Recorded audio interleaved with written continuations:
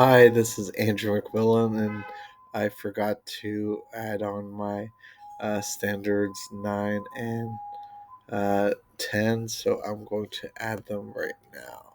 This is just an addendum to what I had already done. Um, okay, professional learning experiences.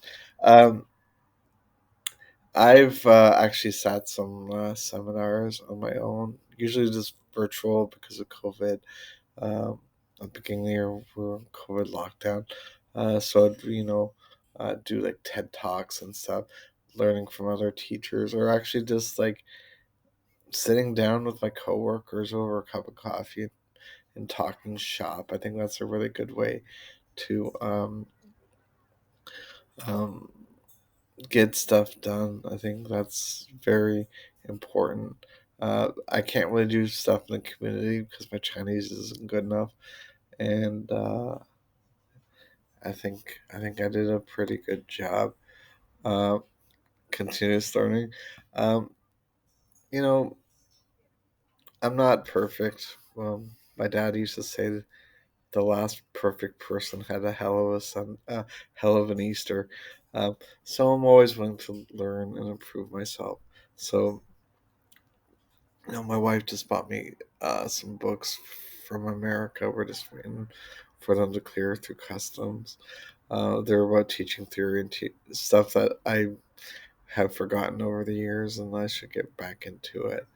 Uh, do I understand cultural, ethnic, gender, and learning differences? Of course, I do. I think everybody is unique in their own way, and we need to stop treating people like numbers and treat them like individuals.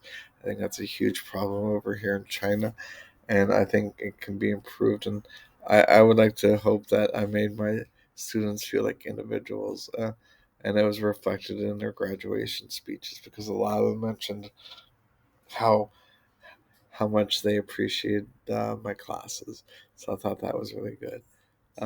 Learning differences again in China, um, they don't really do this in because of it. It's a matter of losing face in front of kids, not kids, and even the parents. So they just tend to shy away from it. It's getting better, and it's a slow process, and I hope it gets better because it's hurting a lot of kids.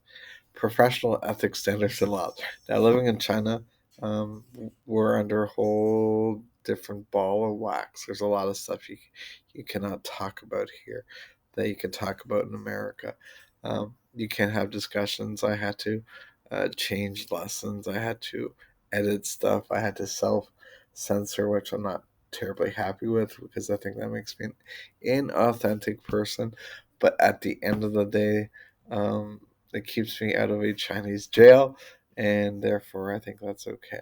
Um, I tried try my best to live up to uh, a teacher's code of ethics, and I think and it doesn't only affect how you interact with students; it affects how you interact with your peers, and also with the community around you, uh, because unfortunately, I think there's only five foreigners in my town of like 3 million people, and we stand out. So if we do something bad, it'll reflect on the school, and that's not something we want. Okay, leadership and collaboration.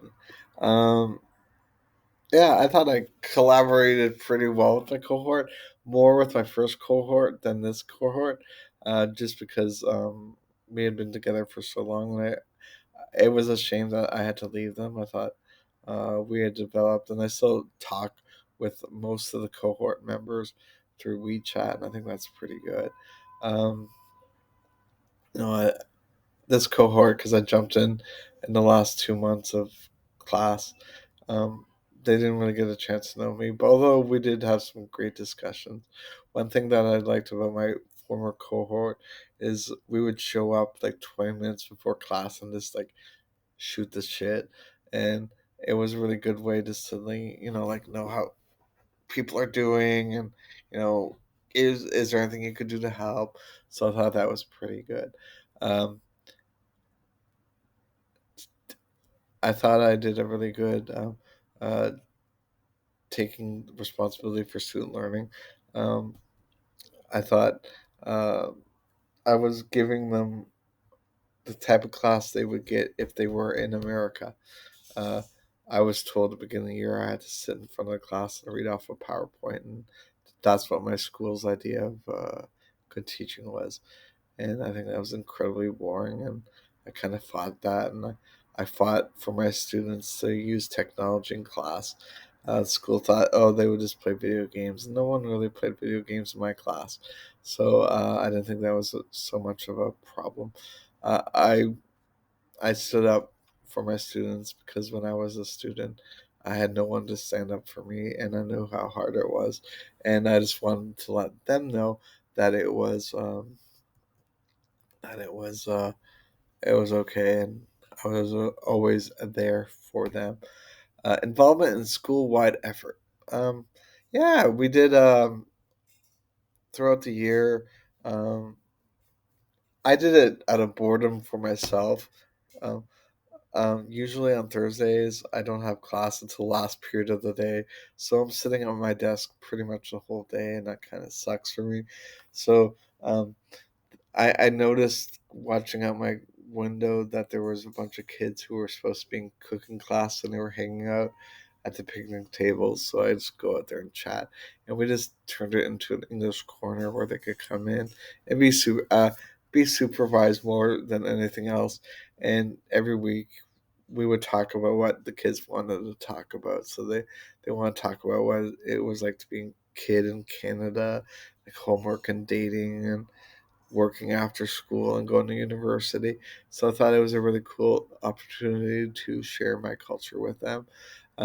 It got to the point where I had to make posters, and it was in my um, leadership project. And then uh, last week we had an open day where we invited the community and parents and kids to come in, and we just had like a nonstop English corner from like 9 o'clock to 11:30 in the morning, and it was really cool. And we had different people and different perspectives and different topics, and that was just based on what I had been doing all year. So I thought that was pretty cool, and I felt pretty good about it. Finally, building a learning community. Teaching grade 12s, they're gone. But I hope my community is going to spread out throughout the world because my students are gone everywhere from Malaysia to Australia, New Zealand, Canada, America, UK. So I think I did a pretty good job of planting seeds of lifelong learners. I think that's something that um, I'm going to be really happy being involved with. I also taught my faculty members how to use stuff like Nearpod and quizzes and Kahoot. I think my school is going to buy Power School or Class Dojo next year because I think they've finally seen the light that it's 2022 and maybe they should get in on the technology. Um, so I'm glad I had that kind of effect on them.